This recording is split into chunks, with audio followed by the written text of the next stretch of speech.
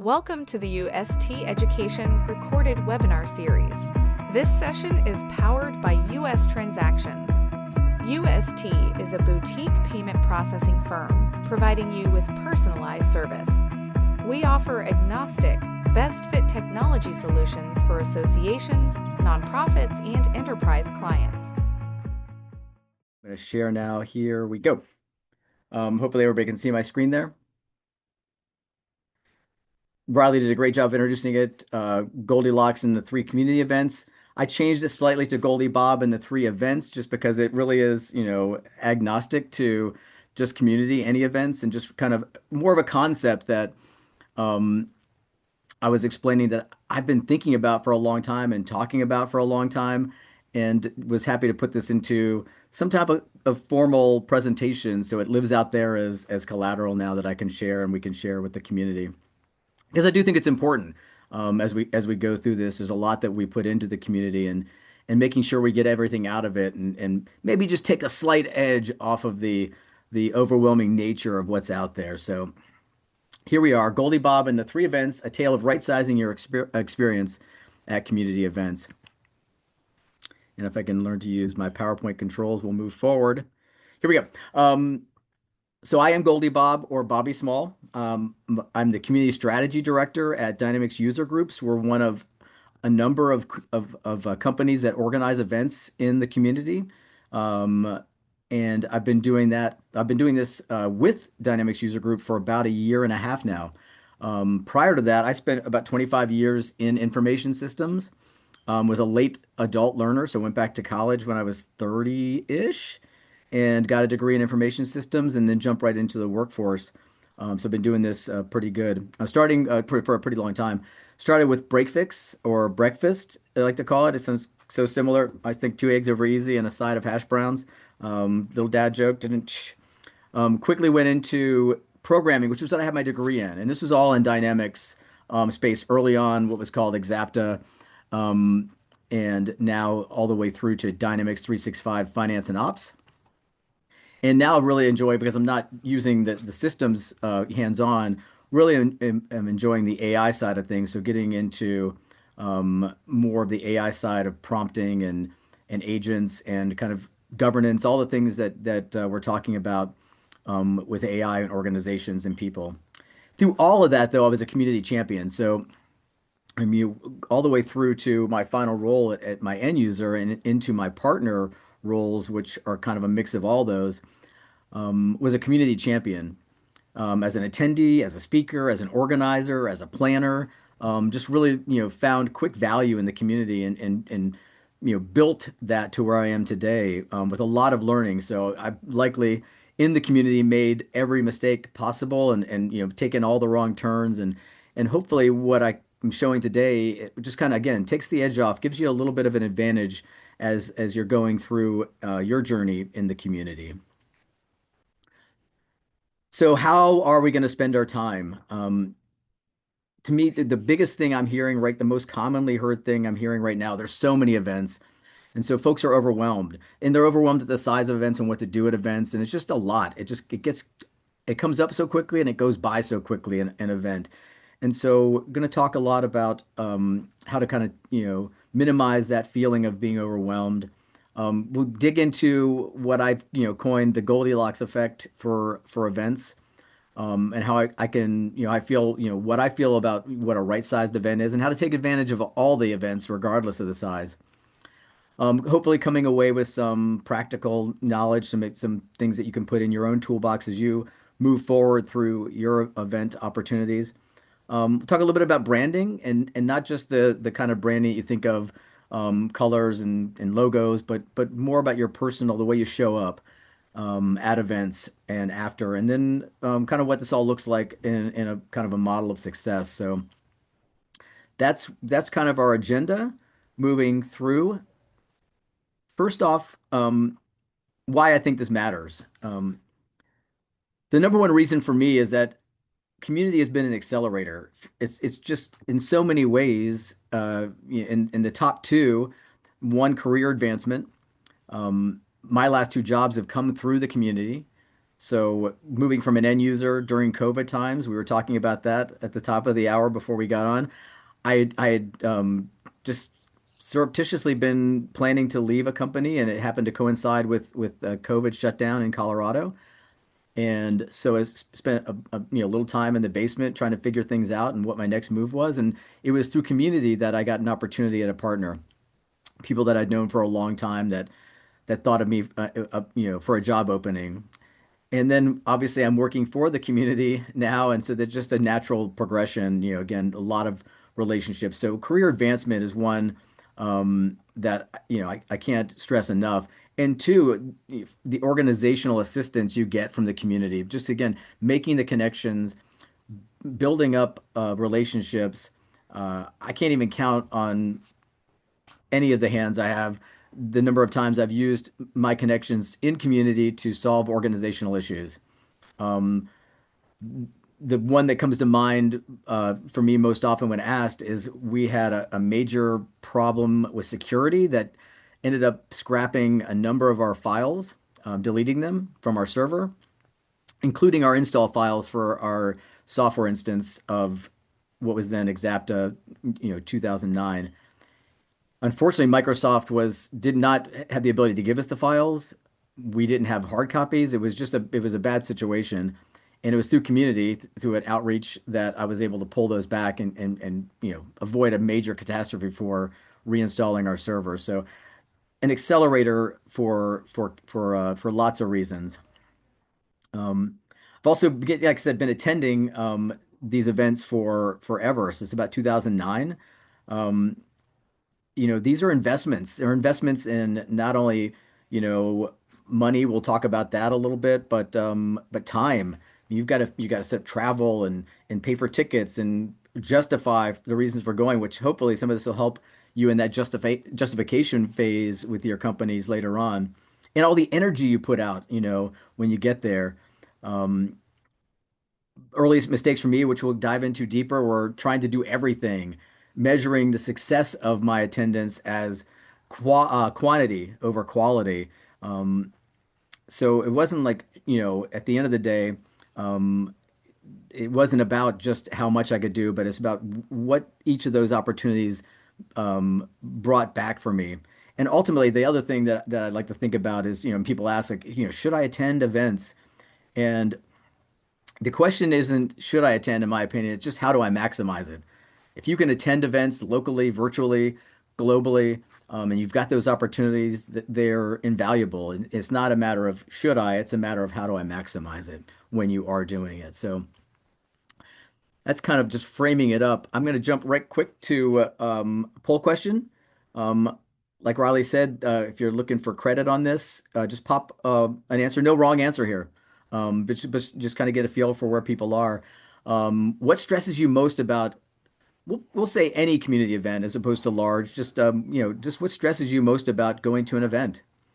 Is it choosing the right sessions if you've got that ability? Sometimes locals don't have the ability. You're seeing what's there and that's all you get. Is it the networking part? At a big event, are you stressing about missing out on something because there's, so much to do? Is it the time away from work that's building up now, especially a larger event where you're gone for 3 or 4 days? Or is it just the way you feel at the end of the event, the energy and the burnout? Why have I lost my chat? I can't see that. I was going to. Yep. Um, for me, early on, it was the fear of missing out. That was probably the biggest thing that and networking. Those were the two probably biggest things that concerned me, just so overwhelming. The very first event, I just didn't even know how to handle it. And so, likely got got some, but I got very little out of it. What I got was kind of that, kind of the catalyst effect. So let's jump right into that. Um, the just that overwhelming feeling, like, how do I even start? It just feels so overwhelming. And people are asking me all the time, like, there's so many events. What do I do? How do I figure out which ones to go to? And it takes, obviously some intention and some time to figure out what you want. hopefully the folks that are putting the events on are doing a good job of giving you an idea of what's happening at the event so you can get in and look, and there's good ways and quick ways to analyze what sessions are out there and what you're going to get out of it, what networking opportunities. But sometimes it's on you um, to do the a little bit of homework and a little bit of activity to get what you want out of them. So things that happen though, things that you have to deal with, there are too many sessions. That's overwhelming. Too many people, too much fear of missing out, and not enough clarity. So, for instance, a lot of, bigger organizations or bigger events are using apps to manage the event. We have used Hoova. I think a lot of folks are using Hoova now. So if you've been to events, you might have experienced Hoova. Hoova's great. It puts everything together, but even it can be overwhelming. I like it a lot. It's got a lot of great creativity. You've got, it's an agenda app that you can open up. You can build your own agenda. You can put in multiple sessions, to have it you're ready. You can chat with folks. You can create other events. It shows you all the metadata about a session. So what product track it's in? Is it, a beginner session? Is it an advanced session? All those things, but it also can feel overwhelming, especially if you jump in the minute you land at the event. So, you know, getting ready ahead of the event is important. We'll talk about that here in a minute. Wanted to talk a little bit about um, just another experience. Like, for me, back to that first event, it wasn't the very first event, but maybe the second one after that. Once I had a little bit of an idea what was going on, I felt like I was running, once it was event time, I was running, I needed to be in every, session. I needed to be at every opportunity. And so I was kind of like a session hoarder. I was like, if you came into my little app, it was like walking in little teeny spaces with sessions piled up, on left and right, because I just tried to get everything in, packed it to the gills, and just double booking a lot of times. What ended up happening is I was leaving with countless notes that made no sense by the end of the day, screenshot. I just had little time to really digest what I was doing. I was just so focused on being and not intentionally doing. A lot of times wasn't really coming back with a plan and it wasn't really learning. So I like to flip that now. And one of my favorite, and this is actually not even related to events, but just I love the word serendipity. I love the movie Serendipity, by the way. It's a great holiday movie if you haven't seen it. But I love the word serendipity in that it's providing opportunity when you don't know it's going to be there. And I was traveling in Ireland and had a pretty rigorous schedule, but my schedule included scheduled serendipity, which just sounds weird. But it was, it's like, hey, day one, we're gonna go and we're gonna see the Cliffs of Moher. Day two, we're just gonna drive around and maybe just sit at the place or whatever. And it was on one of those days that instead of going to, they say, Guinness, brewery tour, and standing in line, I ended up at a local pub that was having a bluegrass sing-along night, and got the Guinness, but also got the sing along, got the local flavor, and it just happened serendipitously on my way home from being, just kind of out and about in the area I was staying. So love the idea of keeping that kind of mindset around events too. You know, really, really, look at that session and decide, if I miss this session, am I really going to be sad? It's kind of like if you're going through your closet. I was just reading this, another, side tip. By the way, I will go down tangents. If you see me going too far, O'Reilly, just, give me one of these and reel me back. But if you have your closet's packed, you start looking. It's like, if I threw this away right now or gave it away, would I rebuy it? If this got a stain on it and I couldn't fix it, would I rebuy it? And this is the same with the session thoughts. Like, if this session really isn't totally meeting my needs, maybe it's okay to not have a session here, and let's just go walk around the expo hall and see who's there, or let's just hang out in the hallway and see what kind of conversation I can kick up. So instead of consuming everything, leave space. Um, it's going to allow for a lot more to happen than you think if you're filling everything up. Um, Leading right into that, these are the common myths that more sessions equal more value. I'm guilty of it for sure, but how often do you hear we've got over 700, sessions. That's awesome. But okay, that's what creates that fear of missing out. Once you get into your session planning, you're like, wow, there are 700 sessions and I want to see 100 of them in this time slot. Uh-oh. How does that work out? You really can't even, comprehend that. So more sessions doesn't necessarily equal more value. I'm going to dig a little bit more into that because I think there is ways to leverage it, but in general, more sessions do not equal more value. Um, like I mentioned before, busyness doesn't equal impact. Sometimes it just equals busyness and busy work. And, this is a great opportunity when you're planning for an event to be more intentional. Um, Again, not packing yourself full of everything all at once, leaving space. So, busyness is not equaling impact. It sometimes just equals busyness. Um, and notes don't equal transformation. So you can take tons of notes but if you're not giving yourself time to organize those notes after the fact, then they just end up being notes that die in some recycling bin somewhere, never to be seen again or never to be understood again. Like, why did I write down, pigs will help? I don't know. I have no clue now, but apparently in that moment, somewhere in a session, that was important to me, but I wasn't totally fully fleshed out because I didn't have the space to allow it to breathe during the event. And so again, just learned to be more, I'll use this word a lot, just more intentional. Just really, you say, if I'm in a session, I'm taking, and now a lot easier. Just again, another side note, I've been doing this for the last couple of years, just opening up my Copilot, my phone or tablet with its voice recognition on and sitting close to the front so I can hear the instructor really well and letting that just speech recognition into my OneNote. So I actually don't have to take as many notes. It just is capturing everything, and then I can go back through and adjust. It actually does a really good job, at least as I've been using it to do that without having to take all the notes. So that's been kind of a fun thing I've been doing. Um, cool. So those just a few myths. Again, going to going right into kind of the meat of this. Presentation is, how do we handle different size events and what is there, a good or a bad? And the answer is, of course, there's not a good or a bad. I do have a preference, but I'm going to hopefully talk agnostically around, um, how to take advantage of all three. Um, the two large events, the two small events, and the just right events. Um, because they don't all serve the same purpose, and that's why you've got to address them each differently. Um, So let's go ahead and I've got another poll question here to throw out at you.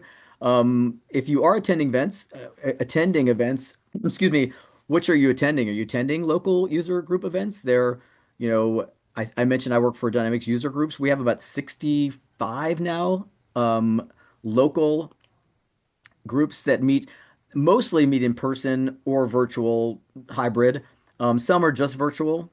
They're global. So if you're watching this, or you're with us and you're out of the States, we have got groups all over Europe and in India and in Africa. We've just opened 3 or 4 groups up in South America, New Zealand. So groups all over the place. So are you going local? Are you going regional? Because there are a number of regional opportunities now.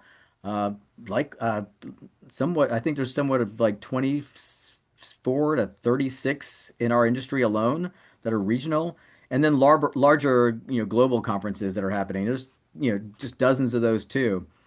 So I'm going to say I'm in the D. If I can, I like to attend them all. That's the fun part of what I like to do is to get out and meet new people and see the people that I know. And so but I went from E to D. So I went from E, rarely attending events, to D, wanting to attend all of them. And when I see people posting and learning happening out in the world and I'm not a part of it, then I do have FOMO. So I'm the worst when it comes to that. So I'm definitely a solid D when it comes to this poll question. So I'm going to start with the two large events. So what are some of the pros of a large event? Um, you've got visibility to a lot more, perhaps. So yes, you do have the 700 sessions. You do have the 10,000 people and the 1,000 vendors and perhaps that broader, nature is going to give you a lot more of exposure to industry trends and momentum. So certainly there's great value to large scale events. Some of the risks, you disappear a lot easier if you're not careful. You can burn out because there is so much. That FOMO is real. That frustration is real. Um, and your networking likely is going to have less depth. You're going to, there's just because there are 10,000 people, back to where we started, you want to meet 10,000 people perhaps. And how do you avoid that? For me, if you're going to a larger event, you still have to, plan for it and understand what you're trying to get out of it. And I'll talk about this in a couple of different ways.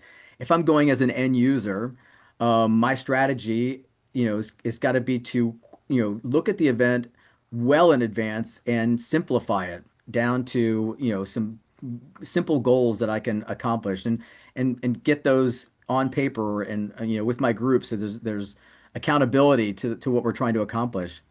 Um, Maybe it's, again, four goals. Two are learning goals and two are relationship building goals.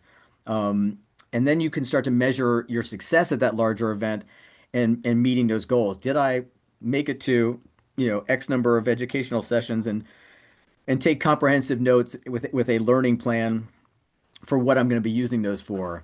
Did I meet the two or four new people that I wanted to meet in industry in certain areas, whether they're end users that are doing the same things I'm doing, or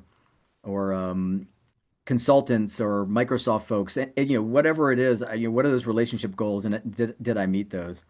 Um, I remember the first, again, it wasn't the very first, but it was the next event because the first event was still kind of small, but the very first event I went to where there was, 4 or 5 thousand people. Um, Again, I wasn't as comfortable. Fair shake to my history. I failed 10th grade English because I've refused to get up and speak in front of people. We were meant to give a number of speeches over the course of the semester, and I refused to give any of them. I was just terrified of speaking in front of people, and that carried forward a long time. It took a while for me to get out from under that fear of speaking, even in small groups, about something where the attention was on me. So that feeling kind of came back up on me, even though I've been in business and been through school, and kind of have had a lot more opportunity to be in front of people. It still came up like a ton of bricks on me at this first big meeting where I felt like, wow, I'm just one of 4,000 people, and I had paralysis. I don't know that I talked to many people. I scurried around like a little mouse, from session to session, and just had no real idea of how to even start. Um, and for me, it was just a learning situation of getting over that. And this is a lot of times the way it is, and it happens still. And and because I do this now in an opposite way, I try to be the catalyst in a room, for people giving sessions, to be that first person to ask a question. So the first time I asked a question was when I started that feeling of comfort. It's like, hey, I asked a question. They gave a nice response. Somebody else in the room, commented, and all of a sudden I felt validated, and that was a powerful thing. It added one brick to my foundation of building up that resiliency to attending these events. So that's why I go back and do that now. And I'll talk a little bit about that later too. So taking that one brave moment can be important. And this kind of goes through to any event if you're attending, obviously. For some people, being at a large event might be more comfortable than being at a small event. So you might have to flip-flop some of the ideology I'm talking about because it doesn't, it just, hey, I feel more strident in a large event than I do when it's only 5 people and then the attention really is on me. So let's jump into that too small event. Um, Pros here that I've seen, you can ask a lot more questions. You've got the room to yourself. I've had events, a little sidebar, when people ask you, what do I do if I'm giving a session and only, one person shows up? No people show up. My opinion is if you're doing this, you're doing it because you love it. And so you give that session with the same veracity as you would give it with 1,000 people. You're there to educate whoever's there with you and to be present with whoever's there with you. So that's number one. So I've been in sessions, I've been in meetings where it's just a few people, and when you get the room comfortable, you've got the ability to learn so much more than you would perhaps at an event where you've got a session where there's 200 people and you've got a finite number of time for questions, and you may never get to your question or your problem. So one of the great things about a small meeting is that you've got time. You can meet the speakers. A lot of times, people that are traveling for these meetings that they're local are experts in the industry. They're coming from either the partner side, the ISV side, so they're doing they're solutions based, and they also have probably been at every level throughout the industry as well. There's a great crossover in our industry where you've been an end user. You've been at a partner, you've been at Microsoft, you've been back to an end user. So much experience. That my experience, one of the things I really trade on is the fact that I've been an end user at lots of levels. Excuse me. I've been a partner and I work for the community. I've been heavily involved with Microsoft, so I've got a lot of varied experience which I can draw on, and I love to share that. So you get to meet people in a way that you wouldn't be able to meet at a large event. And the other cool thing is it's much easier to volunteer. So, um, again, some of the risks, back to what I said when we were flip-flopping, maybe it is more difficult, so you stay more passive. You are sometimes only seeing the same 5 to 20 people. Um, Again, I think that's a good thing because I think that back to that accelerator idea, if you have a local group, a great local group in Colorado, I've been lucky and we've been pretty diligent about keeping our group going, and we've got about 40 to 50 people that are regularly attending meetings. It's a cross section of end users and partners and Microsoft, and it's not always the same 40 or 50, but it's a good cross. It's a good mix of those. And what's really cool is then when we go to regionals and we see each other, it's like we're already familiar, and so there's that icebreaker is no longer needed. And same for global. It's like going from elementary to middle school to high school. You've got these folks that are with you that you know, and so you immediately have a connection group that softens that uneasy feeling of joining a large event, especially if it's a new one. He's like all of a sudden you see two people you know, and you run over and you're able to give them a big hug and say, "Ah, so good to see you. What are you up to?" And then they introduce you to 3 or 4 other people, and all of a sudden you're rocking and rolling at that meeting before you know it. So, in my opinion, the small it can be daunting, but it's just that to me it's the catalyst for really pushing you forward into those other meetings. And then there's the just right. And the just right, can be, again, for some folks, can be that regional. Um, because a regional meeting typically is going to be about 100 to 150 people. So you're getting that diversity of content, that diversity of exposure, but you still feel like you're human and not just not just a little, speck amongst the entire huge group. Um, it still allows for what I like, which is the repeated interaction. Um, you know, the biggest thing that I feel like, we'll make sure I touch on this, but the biggest thing is the deeper and the more often we can interact, the deeper and we're going to have on our relationship, and the more that's going to be beneficial to both of us going forward. You're going to start to uncover potential, mentors and partnerships with organizations, and for some folks, speaking careers. All this stuff is going to happen as we're opening up and giving ourselves these opportunities. Um, for me, going back to why I'm in the community now, like I said, I started with Dynamics back in 2002-ish, 2003. Um, I'm getting old. Years are starting to, it's just like gray back there somewhere. Some number of years ago, decades ago, we'll say it. And like I said, at some point, I recognized there was this community out there and started to go to bigger events, and then eventually made it to some smaller events and started leading the smaller events, which led to speaking opportunities. Like I said, I've attended, I've planned, I've been a part of, pretty much every aspect of lots of communities in the industry. And it was 2024. I was attending a local meeting in Tulsa, and I grew up in the finance and ops, or AX finance and ops side of the software. Had very little exposure to BC, Business Central or NAV, and was at this meeting in Tulsa to help support a new group getting off the ground. And it was about 25 people, a good group, but they were all BC folks. And instead of that being a problem, I found that all my experience at a tangential level was helpful. And I was like, wow, I was able to really dig in. And I got such a great feeling out of that, that it was a turning point in my career.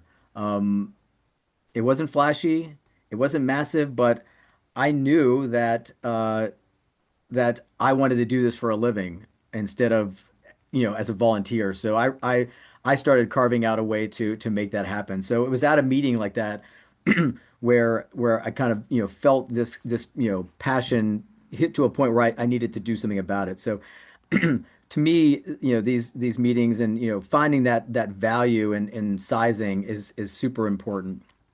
Whether you're large, small, or medium, just knowing what you're getting into and how you're going to handle it is the key. And that goes, not just from a individual. I mentioned, a lot of what we're talking about is from an end user standpoint. But from a partner side, I got this a lot too. It's like, hey, why should we go to this event? It's only 300 people. Or why should we go to this event? It's only 1,000 people. Shouldn't we go to the 10,000 event? And it's like, cool, let's talk about that a little bit. So if we're a company of 10 people and we send 5 people to events, and we send 5 people to a 100-person event, and we send 5 people to a 10,000-person event, how many people do we expect we're going to talk to at either of those events? It's likely going to be about the same number of people. The problem is you're gonna get deeper connection and feel more relaxed at the smaller event than you are at the big event, unless you've planned for it. So yes, definitely, if you're a company that can afford to send a large team and then you can take advantage of that 10,000 people, then that's an event for you. But if you're sending the same 2 people to a 10,000 person event, you're not getting the value you think you're getting. It's perceived, but it's not in reality. What I've found is that I get way more value out of the smaller event where I can talk to the same person. If I see Riley 10 times during an event and we are talking about different things and learning more about each other, then I come away with a lot more. Riley comes away with a lot more. If I see Riley once, I was like, hey, I saw you in that session. Thanks for commenting on my question. Yeah, no problem. And that's it. Then we're likely not going to make that deep, lasting connection. Um, and then you start to get to know folks on such a different level, that you're creating not just a work relationship, but a friendship that persists much longer. So again, all size events are great, but just know what you're getting into and know what suits you, and you'll really start to get a ton out of them. Poll question number 3. Before attending an event, I usually pack 5 bags because that's what I do. I'm terrible. I bring way too much. And if I like plan my outfits out and I get there, I was like, why did I put this shirt with this jacket? I hate that. And now I'm stuck with it. So yes, I'm packing way too much. But in this poll question, let's go with set clear goals, skim the agenda quickly, decide sessions on the fly, follow what colleagues chose or choose, or just show up and see what happens. I know Steve is just a show up and see what happens kind of a guy, so I know he'll be throwing an E in there. I was definitely just a show up and see what happens kind of a person, um, initially, but really came to value the pre-planning process of an event. So we just announced our agenda, we'll be publishing an agenda for Dynamics Con coming up in May. And that means that people like me will be furiously looking at the agenda and deciding what sessions are going to meet those blocks of time that they want to fill, and starting to plan that out so they can work within their own goals and work within your team goals. So that's where I am coming from. So before events, again, like I said early on, I was definitely in the camp of just go, just show up, and then boy, you blink and that event's gone, and everything I even thought about accomplishing didn't get accomplished. And I like, wow, I wanted to do that, and that still persists. Like it's tough even from where I sit now planning an event. thinking, oh, I want to do this and take this picture and make sure I talk to this person. And by the event I'm done, I'm like, whoo, my head's done spinning and slowly stops and in place. And I go, wow, I didn't accomplish, 10 things I really wanted to. So it's always a struggle, but it's bigger struggle if you don't at least start planning for it. So asking yourself, do I want? Um, what do I want out of this event before I get to the event? Defining that one outcome or those 10 outcomes, whatever it is that meets your needs. Looking at your connection goals. A lot of these, like I said, these apps allow you to see who's going to be there. If you're going, most people are going there to meet other people, so they're open to the connection. So, taking a chance and reaching out or reconnecting with folks you haven't connected with in a while. What are those connection goals that you're looking to get out of this event? And maybe you have that one anchor moment, whether it's if I leave there with nothing else, I want to meet Steve Chinsky, and so I'm gonna hound him until I get a coffee or a beer or a dinner. He'll pay for whatever. Just definitely hit him up. And I'm picking on him because I know him and I know he's over there laughing somewhere. But what's that anchor moment? Is it literally that one session and then meeting the speaker afterwards? So making sure that you've got those defined. So those are your highlights. Like I've got that. That's at the top of my list, whether it's a written list, a OneNote, whatever it is you use. Make sure that that's at the top of your list and that you are holding that as most dear as you lead into the event. Because I swear to you, if you or you're just starting your journey in events, it gets out of hand quickly. Um, what about during the events?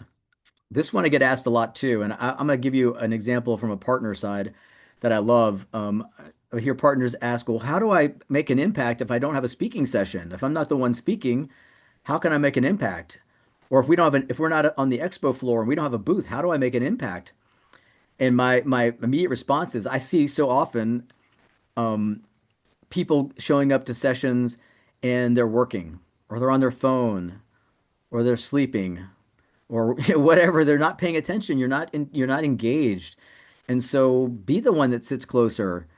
Be the person that is the catalyst to ask the question. Listen to what's being talked about in the room and find the line of what I've heard a term recently I didn't know about, but called suitcasing, where you don't want to, you're not there to derail the speaker or take anything away from their presentation, but by listening and hearing potential issues that you could solve, you can talk to a person later on. You can meet them after the session, say, "Hey, I heard you asking about this. It didn't get answered. Let me tell you my experience.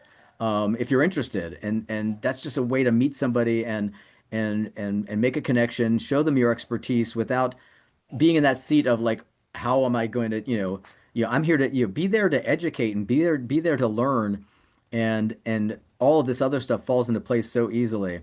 But even as an end user, sit closer, ask the question.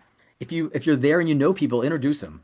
You know, one of my favorite learnings, again, was something called a Pac-Man or a croissant in a group. If you're standing in a group and you're all in a circle, that's not an inviting, keep an eye out, see who's around you, invite them into the circle, introduce them, and widen the circle, broaden the conversation. I like to say this when I'm giving a presentation in person. I've got a lot of experience. I've done a lot of things, but collectively, I'm the least smart person in the room. The room itself is way smarter. One brain is okay. 100 brains, that's superpower. And so getting that circle widen, introduce people. Um, and the other thing during the event, this is just a non sequitur, but do know your energy and protect it.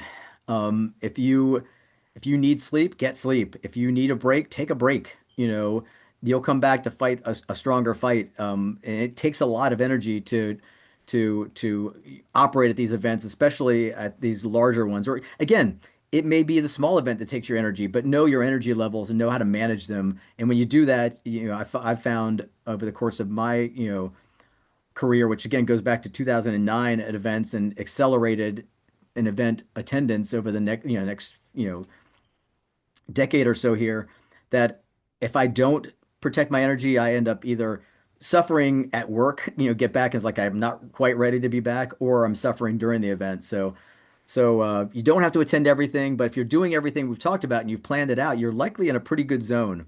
And so just be aware of your event energy. What about after events? Here's what I was, talking about taking notes early on.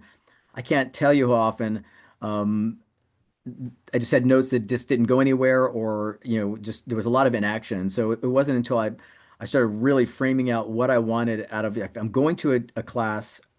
I know I'm going there. What is it that I want out of that class? So number one, going way back to pre-event, I'm writing questions down for each event, for each session. It's like I'm going to this session. It's Steve's session on, introduction to, Business Central reporting. I want to know these three things. So I'm going to listen to see if my questions are answered, or I'm going to ask the questions, or I'm going to connect with Steve and get the answer to the questions. That's my goal out of that. So I'm gonna get done what I want to get done. Or maybe I've got a big reporting issue, or maybe something comes up in a session and now I've got to follow up. So I want to make sure that I'm capturing that stuff. And one of the best ways to do this is one of two or three, but if you've got a team going with you, make sure you've got time set aside in event for your team to get together and reflect. Or if you've got a team at home, get with them and help them help you reflect. And that way you start to get accountability. Like if you call up your team all excited at the end of a day and give them some great idea, and when you get back, they're going to be, hey, remember that great idea? Let's get it going, as opposed to you getting back and getting busy again and not getting anything done. So, that's one thing. Also, if you've met somebody, you've promised something, make sure you've got a mechanism to get it done within 48 hours. Don't let it go too far. Sometimes it's tough with travel, but find a spot, a sweet spot that gets done. It can't be 6 months later going, "Hey Steve, remember I met you and I was supposed to tell you something." It's likely not effective anymore, and you're losing that traction and momentum. Um, so you definitely don't let that part slip you by. Um, and then make sure if you have talked to somebody, if you've talked to Steve afterwards, um, be profusive with your thanks to the organizers, to the people that you're networking with, to the people you meet. It goes a long way. Got a last poll question here. Going to go with just your thoughts on where we are with after an event. Are you following up in 40 out? Are you connecting with LinkedIn? And don't stop there. LinkedIn is still a valuable tool to not just connect. When you connect with purpose. Add a note. 100%. Hey, Pamela, it was so nice to chat with you at lunch at DynamicsCon. I, really enjoyed learning about your business and what you do. I'd love to hear more about that one thing we talked about.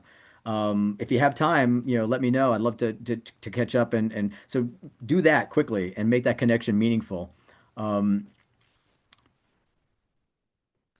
um, you go back to getting with your team and applying something immediately, finding those moments to apply. This goes back to something I mentioned earlier, your ROI in attending events. When you're able to go to your executives and say, why should I be attending this and spending this time and energy and money? Well, remember last year when I went and I came back and we talked to Jane at Microsoft, who helped us with master planning and got our master planning running again, or got it running more efficiently. That saved us a lot of time and money. Isn't that worth it? So get back and apply what you're doing. Or was it you forgot most of what you learned? So you've got those in chat for the poll, and I'm going to move on to self-branding. Notice my little bear friend. I hope you like these. I enjoyed putting these together. I use Canva. I love it for creating PowerPoints now. A lot of great tools and flexibility, and this little cartoon set was just perfect for Goldilocks and the Three Bears. So Papa Bear's on all purple. I, worked for a company that changed their colors to more purple, and I um, decided that I needed to use that as a brand. But that's not quite what I'm talking about here. But that is part of it. It is a recognizable thing that people ask me about every time I travel. It's like, "Where's your purple? You got purple, right?" And it's like I always have some purple, even though I don't work for them anymore. I do love purple, and I still love wearing purple. But it increases your visibility at events. So going back to our big events, so if you are in that zone where you are looking to really make an impact and meet folks and get educated, that's just having a physical brand, a recognizable brand, but it's also the underlying side of things I've talked about. You know, being known as a connector.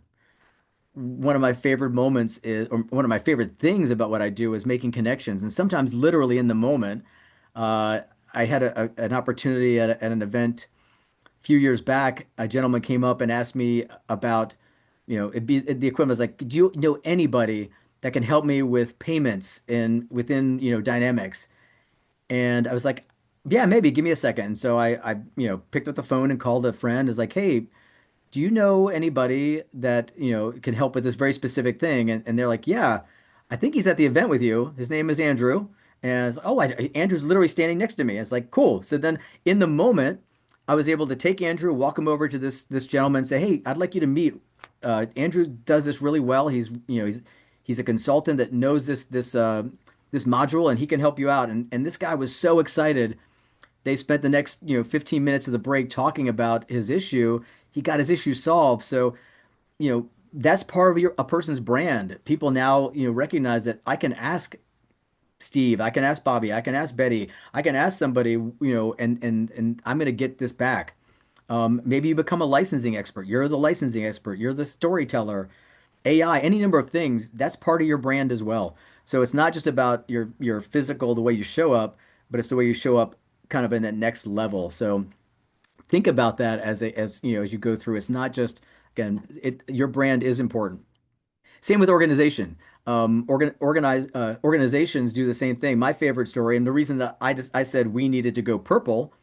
Um, there's a tax company out there that if you've seen orange at an event, you know that who that is. It's they surrounded this color as a brand, and it made me think this is what we've got to do. We've got to be purple, but also we've got to do the other things.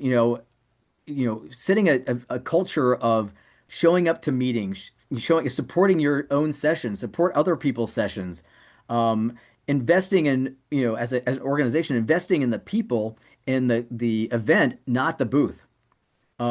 It's a longer term play for I know there's a lot of sales managers and CMOs and all these folks are probably shaking their head at me like, nope, it's leads. And I'm telling you, the leads will come and when the trust compounds. So don't set aside the value at being part of the community as a lead generation mechanism. It's there. It's just a slower, more transparent burn, but it's there and it's important. So it's my favorite. It's just a more comfortable place for me to be. I'd much rather be a friend and a confidant than to get a sale because I pressured somebody or pushed them in a space they didn't need to be. So keep that in mind when you're talking about organizational branding at these events. That is important. Just wanted to talk, a little bit about just role based. Kind of been talking about this, over the course, but just making sure that at these events you've got lots of opportunity. Going back to connecting with people through an event app, finding and oftentimes events will have ways for you to connect and meet your people at networking events. Like there might be a table just for manufacturers or a table just for folks from Georgia. Whatever it is, you can start to find your people, and then you have different values out of this. You've got end users where you can discuss like, hey, your company also manufactures plastic goods. So do we. What are your challenges? We have this challenge. How did you solve it? Here's how we solved it, or maybe we're solving it together. So you can talk to your peers. I'm a production manager, so are you. Great. You can talk to consultants. You can learn what's going on there, what's new. Really, you're there to, pick people's brains and they want to talk and want to pass on this knowledge. Most of the folks I know in the industry are there to do everything I've talked about, to educate and to listen and to learn. So you've got consultants that teach more than they pitch. You've got ISVs, independent software vendors that are out there who are experts in what they do and can help you navigate so many issues. So for me, like an expo hall, it was less of a place where I, did the walk around just to get free swag kind of a stuff and with my phone up, more playing it out. Who do I want to talk to? I can see everybody's going to be there. I really want to talk to Kate over at UST Pay because I want to learn a lot from her. What is it I'm looking for out of an expo hall experience? Some days I dropped, one day for me would be serendipitous. I'm just going to walk through the expo hall and see what happens. Who's there? what booth do I want to stop by? Which one looks most inviting? Is it the booth where everybody's standing around looking at their phones? Is it the one where they're like ready to pounce, or is it the one where it looks like people are having meaningful conversations? Um, so, if you're at a booth, be human and be ready, and people are going to show up for you. Um, So yeah, so I think, and then keep in mind you got Microsoft there too. Most of these events, there are people speaking, and I'm here to tell you they love it. We just did a convergence in Miami, which was heavily attended by Microsoft product engineers and product managers. I think they had 20% of the attendance out of 1,200 people, so just hundreds of and to a person, they were so excited to talk to the end users and learn from them and hear from them and to help to get the product better. They want to improve the product and they want to hear from the end users. Um, so yeah, I'm down to final thoughts. I mean, at the end of the day, these events, as tough as it is, who here's a swag person? Everybody likes swag, but it's not about swag. It's not about badge scans. It's about momentum in the community. So do all those things, make them quick, but keep in mind the real benefit is the acceleration of your organization, your learning path, and your career, your networking. All these things are happening in the background. If you're really paying attention to them, you are getting so much back that again builds an ROI for any time, any event you want to attend. So get out there, make that meaningful connection, get that idea out there and apply it, and find your moment of belonging wherever it is. If it's small, medium, large event, I encourage you if you're not attending, start somewhere. It's just there's so much out there and so many great folks ready to help you.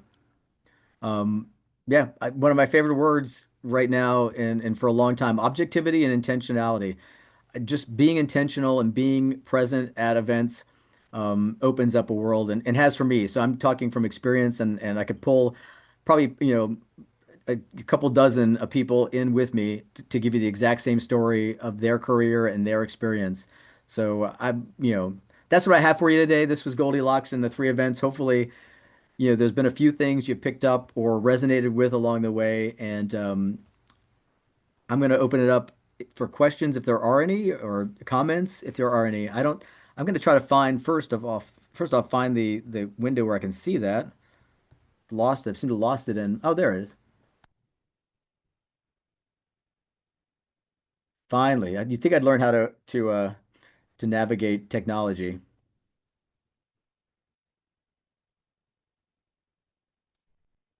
I'm going back to see if there were any questions.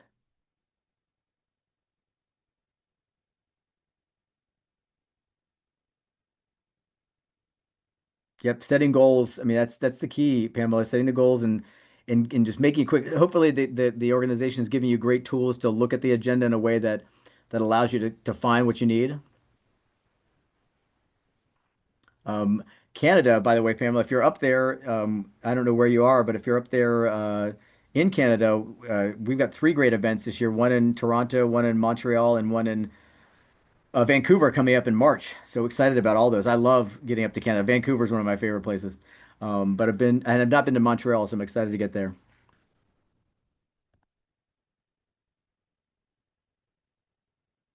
Thank you. I also love the cute bear cartoons. I might have to find a way to use this in every presentation going forward somehow. I'll have to, contact the artist and say, hey, can you make me another set? I need him doing this. I need him doing this. Great. I don't see any other questions coming in, Riley.